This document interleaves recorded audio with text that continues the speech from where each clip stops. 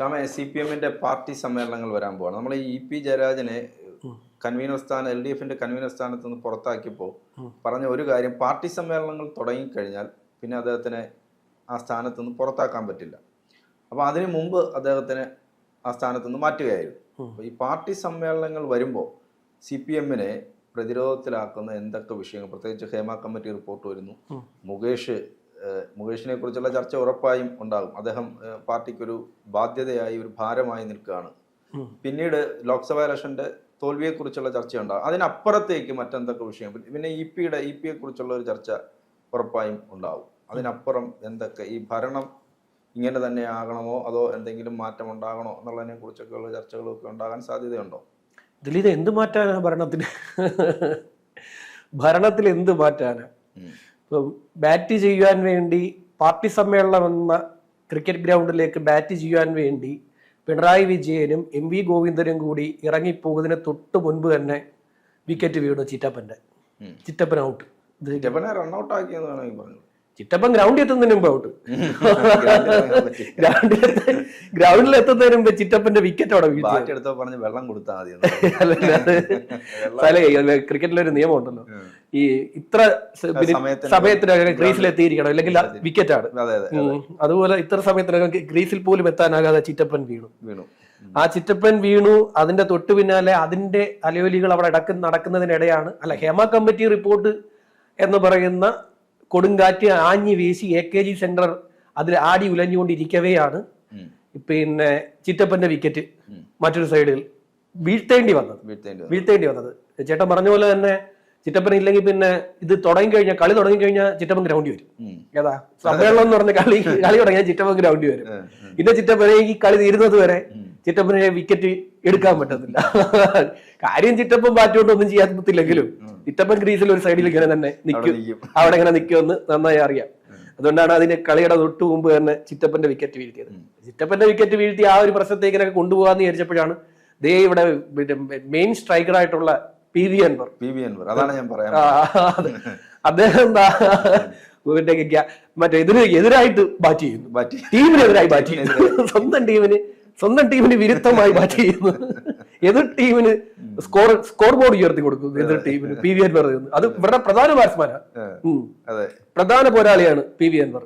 എന്ത് ആരോപണം വന്നാലും CPM-ന് വേണ്ടി സംസാരിക്കാൻ ഇറങ്ങിത്തിരിക്കുന്ന പിന്നെ ഒരു ആളാണല്ലോ PV അൻവർ. അദ്ദേഹം തന്നെ പറഞ്ഞിട്ടുള്ളൂ, മുഖ്യമന്ത്രി എനിക്ക് പിതൃതുല്യനാണ്, അതുകൊണ്ടാണ് ഞാൻ ഒരു പിതാവിനെ ഒരു ചതിക്കുഴിയിൽ പിതാവിനെ സംരക്ഷിക്കേണ്ടത് പുത്രന്റെ ജന്മാവകാശമാണ് എന്നതാണ് PV അൻവറിന്റെ വാദം. ഈ നരസിംഹം സിനിമ പുള്ളി കുറെ തവണ കണ്ടു കാണും, അതിനകത്ത് പറയുന്നുണ്ടല്ലോ. അത് ശരി, പിതാവിനെ സംരക്ഷിക്കേണ്ടതല്ലേ. ഇതിപ്പം പാർട്ടി ബ്രാഞ്ച് സമ്മേളനങ്ങൾ ആരംഭിക്കുകയാണ്. ബ്രാഞ്ച് സമ്മേളനങ്ങൾ ഈ മാസം തന്നെ കംപ്ലീറ്റ് ആവും. പിന്നെ ഒക്ടോബറോടുകൂടി ലോക്കൽ സമ്മേളനങ്ങൾ കംപ്ലീറ്റ് ആവും. നവംബറോടുകൂടി ജില്ലാ സമ്മേളനവും പിന്നെ ഡിസംബറോടുകൂടി സംസ്ഥാന സമ്മേളനവും നടക്കും. ഈ നടക്കുന്ന ജില്ലാ സമ്മേളനങ്ങളിലും ഈ പാർട്ടി സമ്മേളനങ്ങളിലെല്ലാം തന്നെ ഈ പറയുന്ന മുകേഷിന്റെ ഈ കഥകളെല്ലാം ചെന്ന് പറയേണ്ടി വരില്ലേ? ആരെങ്കിലും അടങ്ങിയിരിക്കുവോ? ഇത് ഏറ്റവും വലിയ പ്രശ്നം നടക്കാൻ പോകുന്നത് കൊല്ലം ജില്ലാ കമ്മിറ്റിയിലായിരുന്നു. കൊല്ലം ജില്ലാ കമ്മിറ്റിയിൽ അവർക്ക് തന്നെ ഒരു പ്രത്യേകതയുണ്ട്. അവർക്ക് ആർക്കും ഇതിന്റെ ഉത്തരവാദിത്വം ഇല്ല. അവർക്കാർക്ക് മുകേഷിനെ കൊണ്ടുവന്ന് സ്ഥാനാർത്ഥിയാക്കിയതിലോ ജില്ലാ കമ്മിറ്റി ഇല്ല. ജില്ലാ കമ്മിറ്റിക്ക് അത് യാതൊരു റോളും ഇല്ല. അവിടെ വേറെ 4 പേര് അവിടെ ഈ കൊല്ലം മണ്ഡലത്തിൽ മത്സരിക്കാൻ വേണ്ടി 4 പേർ വേറെ കാൻഡിഡേറ്റ്സ് അവിടെ ഉണ്ട്. ഈ 4 പേരും തമ്മിലും അവിടെ പിടിവലിയാണ്. കൊല്ലം MLA ആകാൻ വേണ്ടി പിടിവലി നടന്നുകൊണ്ടിരിക്കുന്ന ഒരു സ്ഥലമാണ് കൊല്ലം. ആ കൊല്ലത്താണ് ഇനിയിപ്പോ ഈ മുകേഷിന്റെ പേരിൽ വലിയ പ്രശ്നം നടക്കുക. കൊല്ലത്ത് നിന്ന് എന്ത് ചെയ്യും? കൊല്ലത്ത് നിന്ന് വിമർശനം സംസ്ഥാന കമ്മിറ്റിയിലേക്ക് വരും.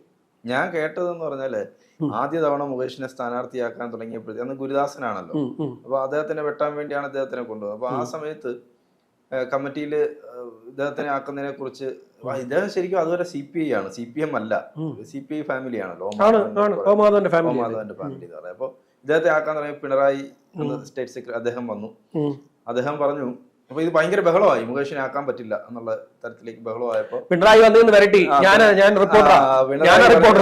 ഒറ്റ സെന്റൻസ് ആണ് പറഞ്ഞതെന്നാണ് ഞാൻ കേട്ടത്. അതായത്, എനിക്ക് മാധവന്റെ മകൻ ഇവിടെ സ്ഥാനാർത്ഥിയാകുന്നതാണ് താല്പര്യം, ബാക്കി നിങ്ങൾ തീരുമാനിച്ചോ എന്ന് പറഞ്ഞു. അതോടുകൂടി മുകേഷ് സ്ഥാനാർത്ഥിയാകും. പിണറായി കാണാൻ ഗസ്റ്റ് ഹൗസിലേക്ക് ഒരു നേതാവ് ചെന്നു. എന്നിട്ട് പിണറായിയുടെ അടുത്ത് നിന്ന് പറഞ്ഞ്, എനിക്ക് കൊല്ലം സീറ്റ് തരണം എന്നുള്ള ചെന്ന് പറഞ്ഞു. ഒരു നോട്ടേ പോകുന്നു, ഇങ്ങനെ കുനിഞ്ഞിങ്ങനെ താറട്ട് ഇതിലോട്ട് നോക്കിക്കൊണ്ടിരുന്നത്, ടേബിളിലോട്ട് നോക്കിക്കൊണ്ടിരുന്ന പിണറായി ഇങ്ങനെ നോക്കി. ശരി, ഞാൻ പോട്ടെ. അതിനകത്ത് ജഗതി ശരി സാർ, ഞാൻ പോട്ടെ. വലിഞ്ഞിറങ്ങി പുള്ളി ഇറങ്ങി വലിഞ്ഞു കളഞ്ഞില്ലേ. കൊള്ളാം. പിണറായി അടുത്ത് ഒരു നോട്ടം നോക്കി, അതോടുകൂടി വിഷയം തീർന്നു. പക്ഷെ അന്നുള്ള പവർ ഇന്ന് പിണറായിക്കില്ല. അന്ന് 2016 പിണറായിയും 2024 ഈ സമ്മേളനത്തിന് തൊട്ടു മുമ്പിരിക്കുന്ന പിണറായിയും രണ്ടും രണ്ടാണ്. അദ്ദേഹത്തിന് നമ്മൾ ഒരിക്കലും ഒരു മാധ്യമപ്രവർത്തകനെ കുറിച്ച് പറഞ്ഞ പോലെ പല്ലും നഖവും ഒക്കെ പറിച്ചെറിഞ്ഞ ഒരു സിംഹമായിട്ട് നിൽക്കുകയാണ് പിണറായി. ആ ഒരു അവസ്ഥയിലാണ് അദ്ദേഹം നിൽക്കുന്നത്. പാർട്ടി സമ്മേളനങ്ങൾ എന്ന് പറയുമ്പോൾ സമ്മേളനങ്ങൾ പിണറായിക്കെതിരെ രൂക്ഷ വിമർശനം വരും, ഉറപ്പായും വരും. കാര്യം ഇപ്പൊ ഇതിനെല്ലാം ഈ തെരഞ്ഞെടുപ്പിന് ശേഷം ചേർന്ന പിന്നെ ജില്ലാ സമ്മേളനങ്ങളൊക്കെ എന്തായിരുന്നു അവസ്ഥ? ജില്ലാ കമ്മിറ്റിയിലൊക്കെ എന്തുമായിരുന്നു? പിണറായിക്ക് രൂക്ഷ വിമർശനം. പിണറായി രാജിച്ച് ഇറങ്ങി പോകണം എന്നുള്ള രീതിയിലുള്ള സംസാരമായിരുന്നു പിന്നെ നേതാക്കൾ നടത്തിയത്. ഇത് ഇവിടെ എന്താണ് നടക്കുന്നതെന്നൊക്കെ പറഞ്ഞ ആൾക്കാർ ഈ വാളെടുത്തവരെല്ലാം വെളിച്ചപ്പാടായി മാറിയിരിക്കുകയാണെന്ന്. ഇപ്പം വാളെടുത്തവരെല്ലാം വെളിച്ചപ്പാട് മാറാം. ആ ഒരു അവസ്ഥയിലാണ് ഇപ്പൊ ഈ ജില്ലാ സമ്മേളനം, ഈ പാർട്ടി സമ്മേളനങ്ങൾ വരുന്നത്. പാർട്ടി സമ്മേളനം പറ്റി മുകേഷിന്റെ കഥകളൊക്കെ എങ്ങനെ പോയി പറയും? അടൻസുള്ളിയല്ലേ കഥകൾ. ഇത്തരം കഥകളൊക്കെയാണ് അവിടെ വിശദീകരിക്കേണ്ടി വരുന്നത്. പിന്നെ ഈ പാർട്ടി അംഗങ്ങൾ, മെമ്പർഷിപ്പ്, മെമ്പർമാരിൽ ഇപ്പൊ ലോക്കൽ കമ്മിറ്റിയിലും ഏരിയ കമ്മിറ്റിയിലൊക്കെ ചെറുപ്പക്കാരിപ്പുണ്ട്, പയ്യന്മാരൊക്കെ ഇരിപ്പുണ്ട്, യുവതിയുവാക്കളൊക്കെ ഇരിപ്പുണ്ട്. അവരൊന്നും ഇതിനോടൊന്നും യോജിക്കത്തില്ല, ഈ മുകേഷിന്റെ കാര്യത്തിലൊന്നും യോജിക്കത്തില്ല. അവരൊക്കെ ഇതൊക്കെ വിളിച്ചു പറഞ്ഞാൽ സമ്മേളന പ്രതിനിധിയാക്കി കഴിഞ്ഞാൽ, സമ്മേളനത്തിൽ പ്രതിനിധിയാക്കുവാണെങ്കിൽ ആ പ്രതിനിധിക്ക് ചർച്ചയ്ക്കുള്ള അവസരമുണ്ട്. ചർച്ചയിൽ എന്ത് ചെയ്യും? ഇത് ഇങ്ങേയറ്റം പോലെ അങ്ങേയറ്റം വരെയുള്ള ആളുകളെ എടുത്തു വെച്ച് വിമർശിക്കും. അതിൽ ഏറ്റവും കൂടുതൽ വിമർശനം നേരിടാൻ പോകുന്നത് മുകേഷാണ്. മുകേഷിന്റെ പെണ്ണുകേസുകളെല്ലാം അവര് ചർച്ച ചെയ്യും. പിന്നെ ഈ സമ്മേളനത്തിൽ പ്രതിനിധിയായി കഴിഞ്ഞാൽ ഇദ്ദേഹം എങ്ങനെ അവിടെ പോയി ഇരിക്കും? VS ഇരുന്ന പോലൊന്നും ഇരിക്കാനുള്ള ശേഷിയൊന്നും മുകേഷിനില്ല.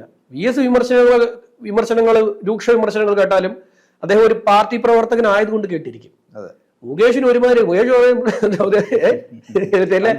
അന്തസ് വേണോടാ അന്തസ്. ഇത്രയും പ്രായമുള്ള ഒരു മനുഷ്യനെ പാർട്ടി സമ്മേളനം പറഞ്ഞ് വിളിച്ചിരുത്തി കളിയാക്കുന്നോ? കൊല്ലക്കാരൻ സ്വഭാവം നിനക്കറിയത്തില്ലെന്ന് പറയും. അല്ല, ചില വേറെ ജില്ലാ സമ്മേളനങ്ങളിലെ ചിലപ്പോൾ ഇദ്ദേഹത്തെ അതിഥിയായിട്ട് വിളിക്കുവാറ്.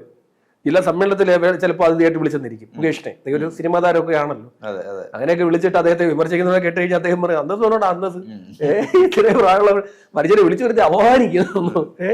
അദ്ദേഹത്തിന് ഇത്തവണ ലോക്സഭാ തെരഞ്ഞെടുപ്പിൽ സ്ഥാനാർത്ഥിയാക്കിയത് പോലും ഒരു തെറ്റായ തീരുമാനമായിരുന്നു എന്നുള്ളത് ചർച്ച വന്നു. കൊല്ലത്ത് എല്ലാ കാലത്തും ആരെങ്കിലുമൊക്കെ പിടിച്ച് സ്ഥാനാർത്ഥിയാക്കും. ആ പ്രേമേന്ദ്രനെതിരെ കൊണ്ടുവന്ന് പിടിച്ചുകൊണ്ട് സ്ഥാനാർത്ഥിക്കും. ഈ സ്ഥാനാർത്ഥി 8 നില പൊട്ടും.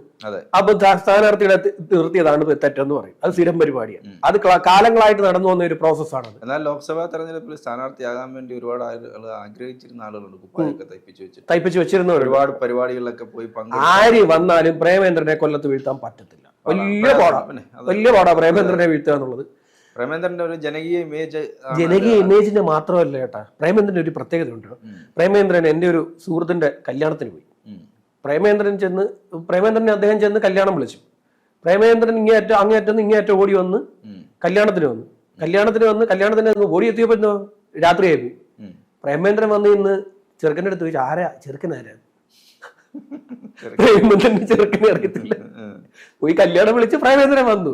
അതായത് എത്ര രാത്രിയാണെങ്കിലും, കല്യാണം ആണെങ്കിലും അടിയന്തരമാണെങ്കിലും ഈ പ്രേമേന്ദ്രൻ ഓടിയെത്തും. അതെ. അല്ല, അദ്ദേഹത്തിന്റെ വേറെ പ്രത്യേകത, അദ്ദേഹം ഡയറക്റ്റ് ഫോൺ എടുക്കും. ഇപ്പൊ നമുക്ക് നേരിട്ട് അദ്ദേഹമായിട്ട് സംസാരിക്കാം. അഥവാ അദ്ദേഹത്തിന് ഒരു പ്രാവശ്യം വിളിച്ചപ്പോ അദ്ദേഹം ഇല്ല, ഡൽഹിയിലാണ്. അപ്പോൾ സെക്രട്ടറി, ആ സമയത്ത് പുള്ളിക്ക് സെക്രട്ടറിയാണ് നമ്മൾ കോണ്ടാക്ട്. അപ്പോൾ പറഞ്ഞു ഡൽഹിയിലാണ് സാറ് വരുമ്പോൾ. അപ്പോൾ പക്ഷെ പുള്ളി കൃത്യമായി തിരിച്ചു വന്നിട്ട് നമ്മളെ നേരിട്ട് വിളിച്ചു എന്നുള്ളതാണ്. ഇങ്ങനെ എന്നെ വിളിച്ചിരുന്നു അദ്ദേഹം പറഞ്ഞു. എന്നിട്ട് പുള്ളി നേരിട്ട് വിളിക്കുകയാണ്. അതെ, തിരിച്ചു വിളിക്കുന്ന ഒരു ഡയലോഗ് ഉണ്ട്. ആ പ്രേമേന്ദ്രനാ പറഞ്ഞു എന്നാ പറയുന്നത്. പ്രേമേന്ദ്രനാ പറഞ്ഞു എന്ന് പറഞ്ഞിട്ട് നമ്മളെ തിരിച്ചു വിളിക്കുന്നത് എങ്ങനെയാണ്? ആ വണ്ടിയാണോ എന്ന് എനിക്കറിയില്ല. ആ ഇന്നോവ ഏതാണ്ട് 4-5 ലക്ഷം കിലോമീറ്റർ കണ്ട് ഓടിയ വണ്ടി. അത് ആ ജില്ലയിൽ കിടന്ന് മാത്രം. അത് കേരളത്തിൽ അങ്ങേറ്റം ഇങ്ങോട്ടും ഓടിയതല്ല. പിന്നെ ആര്യങ്കാവിന്ന് അതെ അതെ അതെ, അത് വലിയൊരു ഏരിയ ശരിക്കും പറഞ്ഞാൽ. പണ്ടത്തെ കൊല്ലം മണ്ഡലം അല്ല, നിങ്ങളുടെയൊക്കെ ഏരിയ ഉള്ള സമയത്ത് ശ്യാമിന്റെ ഒക്കെ പുനലൂർ മണ്ഡലം അല്ലേ? പുനലൂർ മണ്ഡലം ഒക്കെ ശരിക്കും അന്ന് അടൂര് മണ്ഡലം. ഇനി വീടുകൂടെ പറഞ്ഞു കൊടുക്കും. അങ്ങനെ അദ്ദേഹം അവിടെ അല്ല. ബാക്കി പറ. പിന്നീടാണ് അത് മാവേലിക്കര ലോക്സഭാ മണ്ഡലത്തിന്റെ ഭാഗം. മാവേലിക്കര ആയോ ഇല്ല. പിന്നെ അത് ഇത് കൊല്ലത്തേക്ക് മാറുകയായിരുന്നു. കൊല്ലം, പുനലൂര്, ചടയമംഗലം എല്ലാം കൊല്ലത്തിന്റെ ഭാഗമാവുകയും അങ്ങനെ പ്രേമേന്ദ്രൻ അവിടെ നിന്നും ജയിക്കുന്ന ഒരു സ്ഥിതിയാണ് നമ്മൾ. അത് ഈ ആ കൊല്ലം ജില്ലയിൽ മാത്രം, കൊല്ലം മണ്ഡലത്തിൽ മാത്രം ഓടിയതാ വണ്ടി ആ പരിവായത്. ആ കിലോമീറ്റർ, അത്രയും കിലോമീറ്റർ ഓടി കയറിയ വണ്ടി. ഞാൻ ഒരു ദിവസം എന്റെ ഡ്രൈവർ ചോദിച്ചത് എത്ര കിലോമീറ്റർ ആയി, അതിനകത്ത് ഡിസ്പ്ലേ എന്തൊക്കെ ഉണ്ടോന്ന് എനിക്ക് സംശയമുണ്ടെന്ന്. എന്തായാലും നമുക്ക് സമ്മേളനം, സി പി എമ്മിന്റെ സമ്മേളനവും CPM-ന്റെ സമ്മേളനം നടക്കുന്നതിന്റെ വെളിയിൽ ഒരു എന്നിട്ടിട്ട് ഒരു വട്ടം വരച്ചു വെക്കണം. കാരണം മുകേഷിന്റെ കഥകൾ അവിടെ പറയുന്നുണ്ട്. ശരി.